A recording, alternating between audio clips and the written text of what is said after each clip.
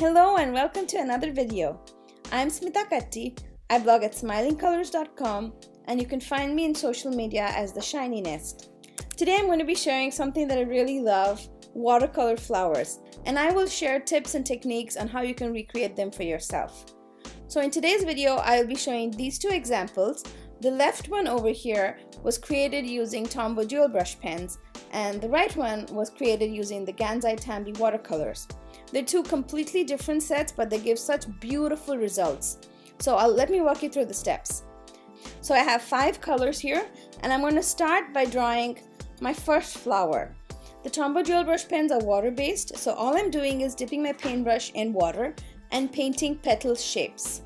I've added the marker color towards the center of each petal, like you can see, towards the center of the flower, and I add them in a very small amount because I want some loose, airy looking florals today. I'm not using a heavy concentration of color. To spread the pigment, I'm dipping my paintbrush in water generously and I'm letting a little bit of water sit on the paper. This is a nice cold pressed 140 pound paper and this can tolerate a little amount of water nicely. So once I have my first flower in place, I really like this flower already, I'm going to go ahead and make my second flower, which is going to be an orange color. I'm drawing a really tiny flower. I'm just adding 4 strokes to make my 4 petals.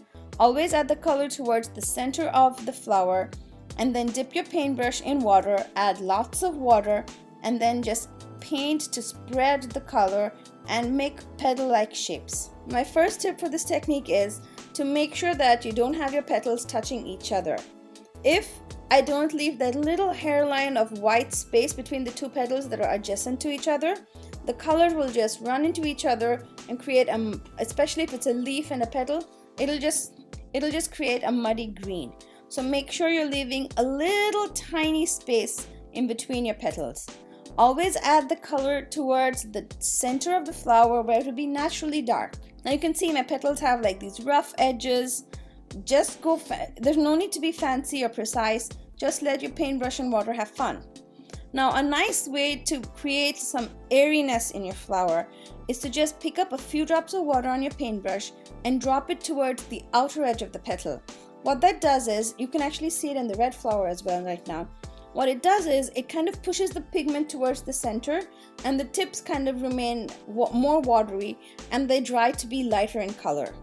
This is a really simple way to create larger flowers that have a center that is darker than the tips of the petal.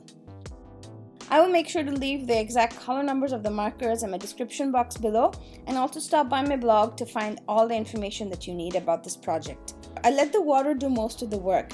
You can try and control this, but I find that the more I try to control it, the more frustrated I get and the more unnatural it begins to look like.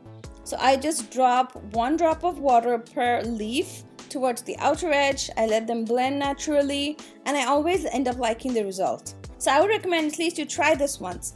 Paint over the Tombow dual brush pen with just water, add water towards the lighter areas or the tips and just let it air dry naturally without fussing over it too much and see if you get a nice result.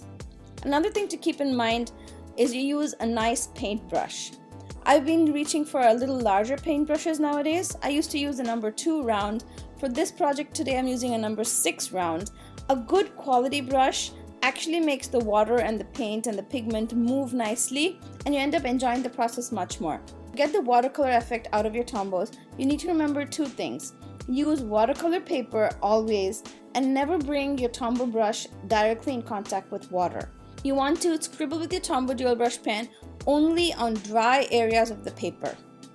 Always try to leave a little bit of space between your elements. Don't leave too much space, just add like a hairline amount of space and that just creates a beautiful effect. So here's a closer look at how this floral composition came. It's completely colorful, almost rainbow-esque, but you don't have to use these colors. Use colors that suit your theme, use colors that make you happy. If you like pastels, try pastels. You don't have to go rainbowy, but this was what was calling to me that day and I had so much fun creating this and I think it turned out pretty nice. So for the second example, I'm going to be using a watercolor cake set. This is the Gansai Tambi set. I might be pronouncing that wrong, but I will leave links to it down below. And I love this color set because of all the shades and hues that it comes in. This is a well-loved set in my house, but the colors and the pigments are so true and bright, you will enjoy this. I'm going to pick up a little bit of color and water it down because the colors in this cake set is really dense, really rich colors. So I'm just going to actually water it down on my palette before bringing it to the paper. And again, I'm just drawing simple flower shapes. Nothing fancy, very simple shapes. And every time I draw a flower, I always try to include some leaves. So try to paint as much green as you do flowers because that just makes the composition look more realistic. Now since I'm using a watercolor set here, what I do is I paint the basic leaf shape with a lighter green, and then I go in and pick up a darker green color onto my paintbrush and I drop that towards the darker edge of the leaf, which would be the bottom of the leaf. This is something you can't do when you're using your Tombow dual brush pens because you don't want to bring them to wet areas. But with watercolor cakes, it's very easy to go in and drop darker colors, and that's the difference between this and the previous method. So I'm going to continue here. I'm going to paint a quick red flower. Even though I start with red, I'm adding so much water it almost looks like pink tissue paper like flowers. I try to add as many leaves as I add flowers, and for this one I'm just adding whimsical V shapes. It doesn't have to be a true leaf shape every time. Since I'm painting so many different kinds of shapes for the flowers, I try to vary the shapes and the leaves. I also try to vary the greens that I reach for. Some greens are more greener or bluer, some are more yellowish. It just adds a variation to your composition. So I'm going to go ahead now add a brighter red, and this time I'm going to paint some flowers in the corner. Then I'm going to quickly add 3 green leaves. For this one I left the center as white. Just again, make them look different. Now it comes time for the big large flower. For this I actually picked up very dry pigment from my watercolor cake, and then I'm adding a ton of water to spread it and make the petal shape.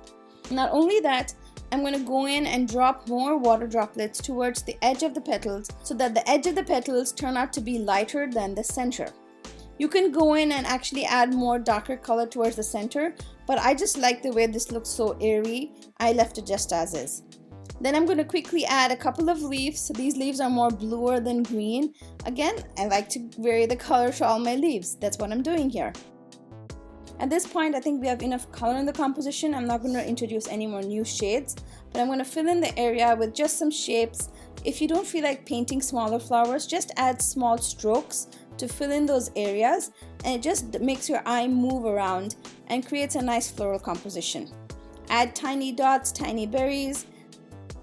And with watercolor cakes, what you can do is also you can go in and add vibrant centers to your flowers. On the top right hand corner there's this red flower. I'm going to go in and add just a drop of dark blue there, and that will spread into the petals just a little bit and form a beautiful center. So here's a closer look at how this floral composition came. It's completely colorful. So here's a look at our finished 2 projects. I personally like both the results. I think the Tombow one turned out to be a little more whimsical and fancy just because it's so light and airy. The Gansai Tambi watercolors are really nice watercolors to paint flowers with because they don't have a chalky finish. They're like pure pigment and they spread nicely. That's another thing I like about the Tombow dual brush pens.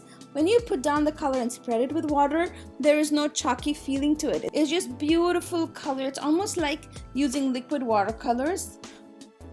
Many more blog posts of watercoloring with Tombows on my blog. I also have a color swatch that I'm creating, and I will leave links to all of these in the description box down below, but you can always stop by my blog smilingcolors.com to find more information. So I hope you enjoyed today's video. Thank you so much for spending so much time with me today. This is a longer video. I'll try to keep the future ones a little shorter, and I will leave you here with a few previous videos of mine that might interest you as well. That's it from me today. Till I see you again, happy crafting, friends!